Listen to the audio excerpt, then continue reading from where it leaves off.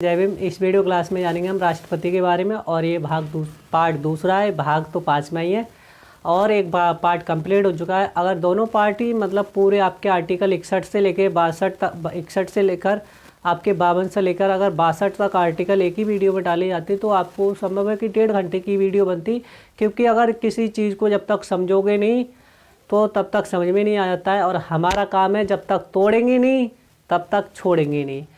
तो राष्ट्रपति के बारे में जब तक पूरा निचोड़ नहीं लेते हैं, क्या निचोड़ा इसका, तब तक हम क्या है छोड़ेंगे नहीं।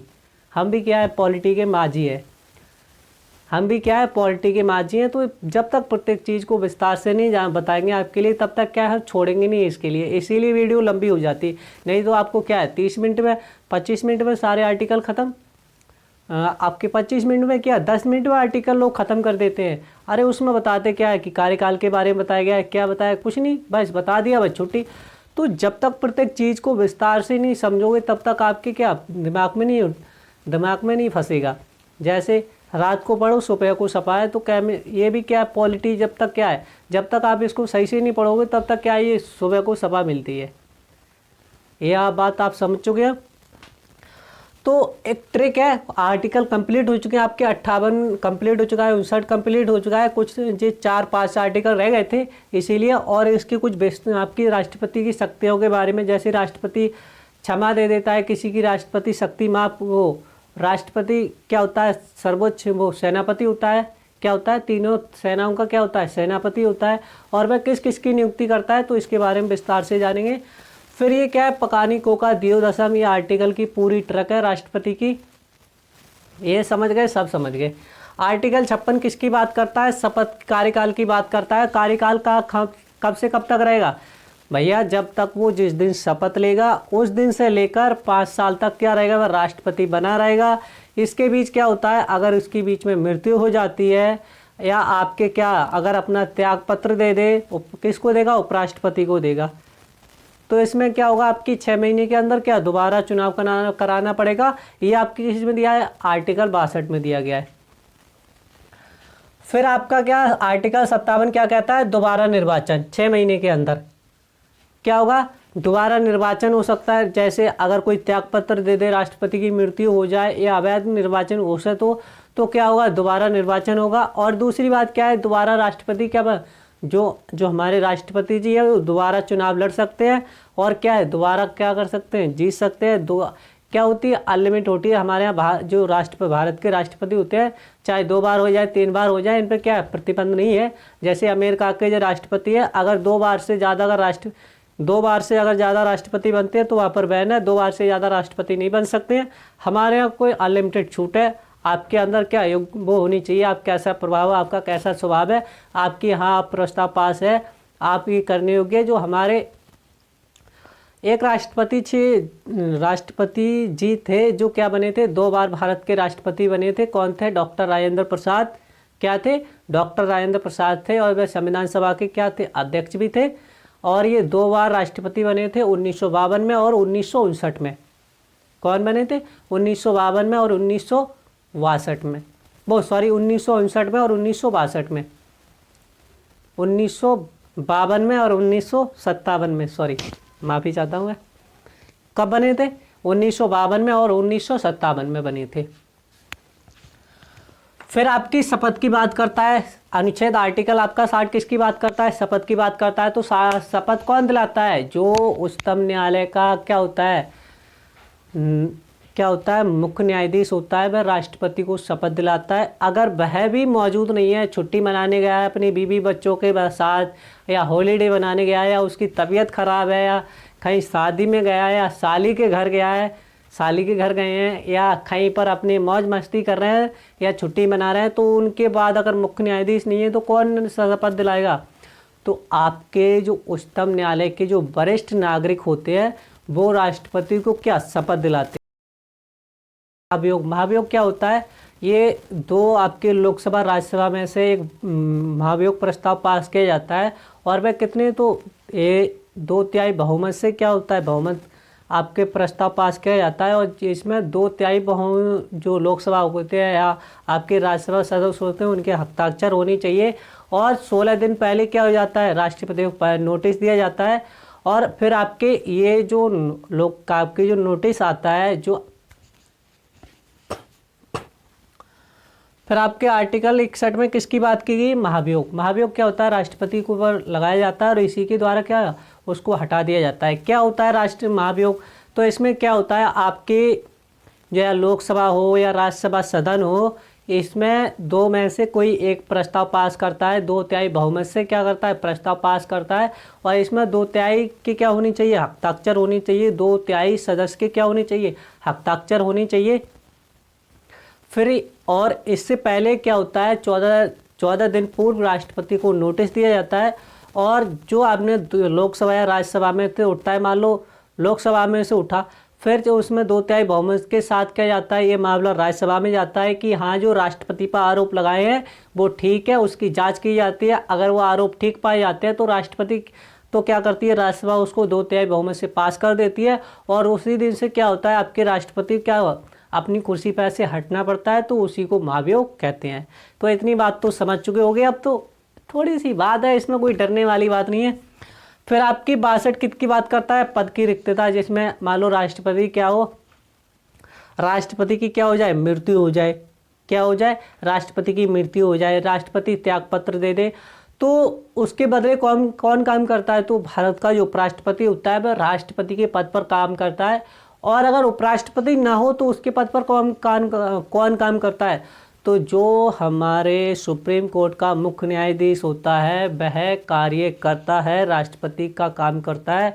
और जितने भी राष्ट्रपति की जो कार्य वेतन भत्ते दिए जाते हैं वो किसको दिए जाते हैं? वो मुख्य न्यायाधीश को ही दिए जाते हैं। चाहे वो उपराष्ट्रपति हो तो उपराष्ट्रपति को सारे वेतन दिए जाते हैं। पेंशन हो गई आपकी और जो सैलरी हो गई, राष्ट्रपति की सैलरी 2018 से पहले कितनी थी? 1.5 लाख रुपए थी। कितनी थी? 1.5 लाख रुपए थी। और वो कितनी कर दी गई? तो 5 लाख रुपए कर दी गई है। कितनी कर दी गई है? 5 लाख रुपए कर दी गई है। कितनी? 5 लाख रुपए महीना राष्ट्रपति जी का क्या है? वेतन होता है। और फिर आपकी जो पेंशन थी, पहले कितनी पेंशन थी? सालाना 3 लाख रुपए थी। अब सैलरी का जो वेतन का मिलता है वो कितना मिलेगा?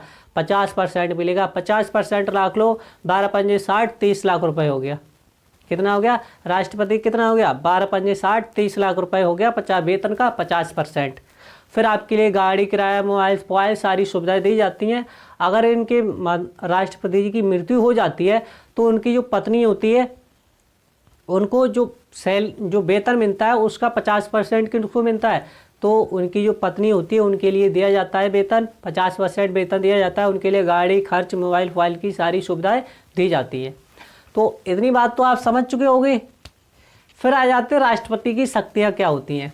क्या राष्ट्रपति की शक्तियाँ क्या होती है? राष्ट्रपति कैसे कार्य करता है? राष्ट्रपति किसी को कैसे उसकी सजा माफ कर देता है? कैसे किसी की सजा माफ कर देता है? जो शबनम बेगम थी, अमरोहा की शबनम बेगम थी, जो लैला थी, जो उसकी क्या हुई थी? दाखिल खारिज हुई थी, मगर राष्ट्रपति ने क्या कर दिया था? उसकी दाखिल खारिज कर दिया था। मतलब क्या कर दिया था? वापस कर दिया था। अगर चाहता राष्ट्रपति तो क्या कर सकते हो? उसकी सजा माफ कर सकते हैं, उसको निर्दोष करार दे सकते हैं। सारी शक्तियाँ किसके हाथ में होती है? राष्ट्रपति के हाथ में होती है। तभी तो अनुच्छेद आपके 53 में क्या गया है? राष्ट्रपति क्या है? कार्यपालिका की जो सारी शक्तियाँ किस में समाहित है? आपके राष्ट्रपति में समाहित है। तो कार्य शक्तियाँ क्या है आपकी? जैसे विधायी कार्य है, प्रशासनिक कार्य है और न्यायिक कार्य है। न्यायिक कार्य तो सबसे पहले बात करते हैं विधायी कार्य क्या होते हैं। विधायी कार्य इसमें आता है आपका विधायी कार्य में संपूर्ण निषेधाधिकार। संपूर्ण निषेधाधिकार क्या होता है? जब सांसद कोई विधेयक पेश करती है, इसका मतलब आप समझे। लिखने से अगर मैं लिखवा दूंगा तो उससे कोई समझने में आपको समझ में नहीं आएगा। जब तक आप समझोगे नहीं तब तक किसी चीज़ को लिखने में कोई फ़ायदा नहीं है। तो संसद अगर कोई प्रस्ताव पास करती है, कोई विधेयक पास करती है, कोई बिल पास करती है, मान लो कृषि बिल हुआ था, ये क्या अभी विधेयक नहीं हुआ था, राष्ट्रपति ये क्या कर दिया गया? रोक लगा दी गई सुप्रीम कोर्ट के द्वारा।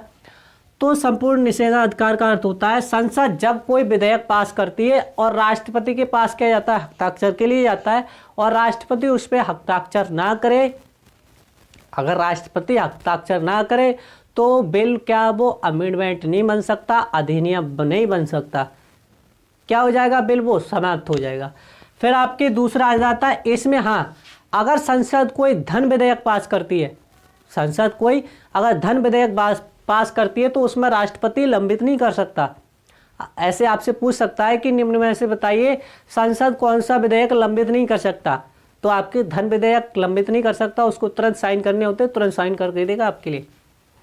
फिर आपकी निलंबनकारी निषेधाधिकार। निलंबनकारी निषेधाधिकार क्या होता है? संसद कोई विधेयक पास करती है और राष्ट्रपति उस पर हस्ताक्षर नहीं करता है और किसको भेज देता है? ये पुनर्विचार के लिए संसद में भेज देता है। कहाँ भेज देता है?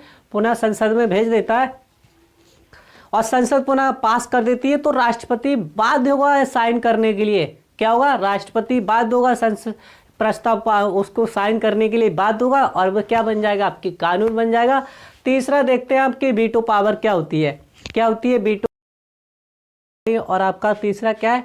आपका जेबी निषेधाधिकार है। जेबी निषेधाधिकार क्या होता है? इसमें संसद कोई विधेयक पास करती है और राष्ट्रपति जी क्या होते हैं? उस विधेयक को ना तो उस पर हस्ताक्षर करते हैं और ना ही उसके पुनर्विचार के लिए क्या होते हैं? संसद में भेजते हैं।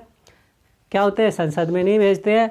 तो वह क्या कहलाता है? जेबी वीटो कहलाता है। जेबी वीटो या पॉकेट वीटो कहा जाता है। इसे किसको कहा जाता है? आपके तीसरे निषेधाधिकार को कहा जाता है।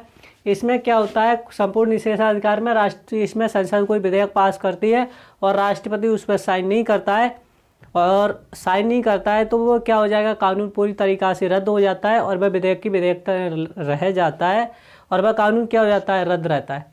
इसमें क्या होता है? आपके निलंबनकारी निषेधाधिकार में इसमें होता है संसद को विधेयक पारित करती है और राष्ट्रपति क्या करता है? उस पर हस्ताक्षर नहीं करता है और पुनर्विचार के लिए क्या होता है? दो में से एक काम नहीं करता है तो वह एक काम तो करता है इसमें पुनर्विचार के लिए वापस भेज दे और संसद उसे पुनः क्या कर दे? पारित कर ले, बिना संशोधन करे उसे पारित कर देती है। तो राष्ट्रपति को बाध्य होना पड़ता है, भी साइन करेगा और यह क्या बन जाएगा? अमेंडमेंट बन जाता है, अधिनियम बन जाता है। मगर इसमें दोनों कोई काम नहीं करता है तो इसमें क्या होता है? भाई पॉकेट वीटो होता है। सालों सालों मामला क्या होता है? दबा रहता है। फिर जो हमारे राष्ट्रपति जी थे 1986 में ज्ञानी जैल सिंह जी, उनके द्वारा किस में किया गया था? तो डाक संशोधन विधेयक में किया गया था और इनकी क्या हुई थी? उस समय बहुत ज़्यादा आलोचना भी हुई थी। अध्यादेश क्या होता है? कोई इमरजेंसी कानून बनाना पड़ जाए तो संसद को कुछ अधिकार है कि संसद क्या कानून बना सकती है। इसमें अगर कोई एक सदस्य कोई आपके एक वो हो आपकी, चाहे लोकसभा हो चाहे राज्यसभा, दोनों में से एक सदन मौजूद हो और वह क्या होगा? 6 माह की इसमें क्या होगी? सहमति होगी। राष्ट्रपति का अध्यादेश के माध्यम से क्या होगा? कोई कानून लागू कर सकता है। कोई लिख कर क्या कहते? कहाँ कानून पास है। फिर जारी किए जाने के पश्चात क्या होगी? बैठक 6 माह के अंदर होती है। 6 माह के अंदर बैठक होगी और संसद की सहमति क्या प्राप्त करनी होती है? क्या होती है? संसद की सहमति प्राप्त करनी होती है। विधायी शक्तियाँ कंप्लीट हो गई।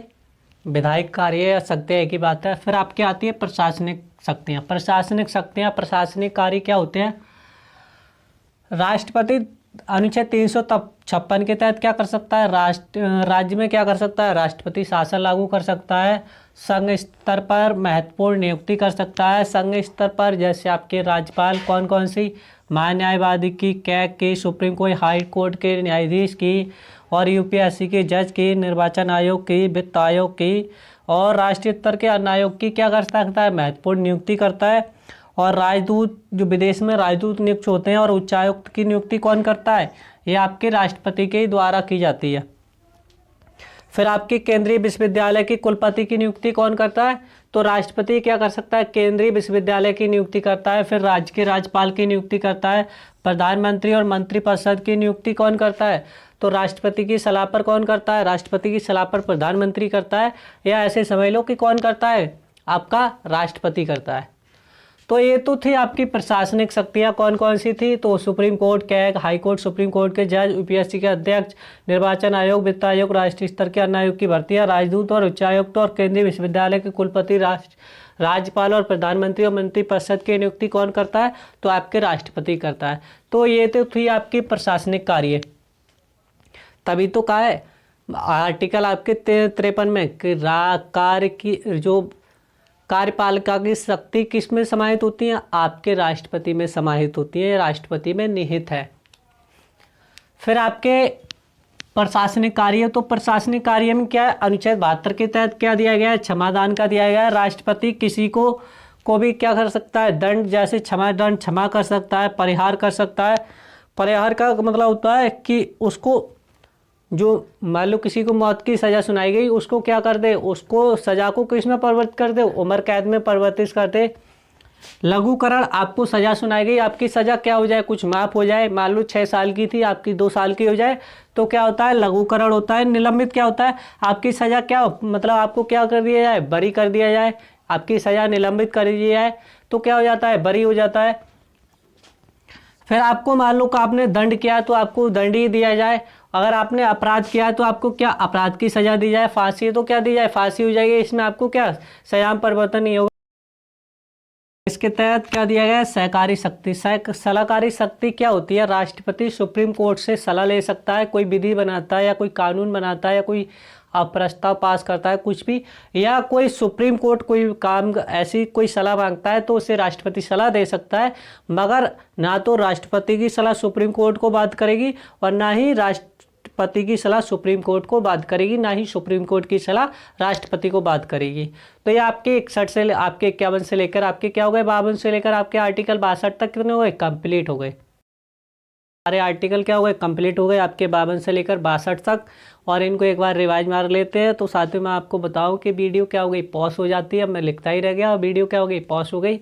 तो बार बार लिखने से 52 किसकी बात करता है, पद की बात करता है। 53 कार्यपालिका की शक्ति किसमें नहीं था, राष्ट्रपति भी नहीं था।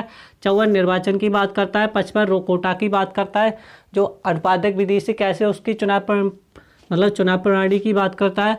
56 कार्यकाल की बात करता है। 57 दोबारा निर्वाचन की बात करता है। 58 योग्यता की बात करता है। 59 आपकी कुछ दशाओं की बात करता है। 60 आपके शपथ की बात करता है। 61 आपके महाभियोग की बात करता है। किसकी बात करता है, खाली पद की बात करता है। खाली पद क्या होते हैं, राष्ट्रपति खाली पद, जैसे इसमें मृत्यु हो जाए या आपके राष्ट्रपति क्या कहते हैं, आपका क्या दे दे, त्याग पत्र दे दे, या क्या कहते हैं जो चुनाव होता है उसमें क्या हो जाए, अवैध निर्वाचन घोषित हो जाए। तो ऐसे कारणों में क्या होता है, या तो जो उपराष्ट्रपति है वो क्या बनता है, राष्ट्रपति का पद ग्रहण करता है। अगर उपराष्ट्रपति भी नहीं है तो सुप्रीम कोर्ट का मुख्य न्यायाधीश होता है, वो राष्ट्रपति का। करता हूँ कि आप वीडियो समझ चुके होंगे। तो इसी के साथ वीडियो को विराम देते हैं। जय हिंद, जय भारत, जय भीम, जय हिंद।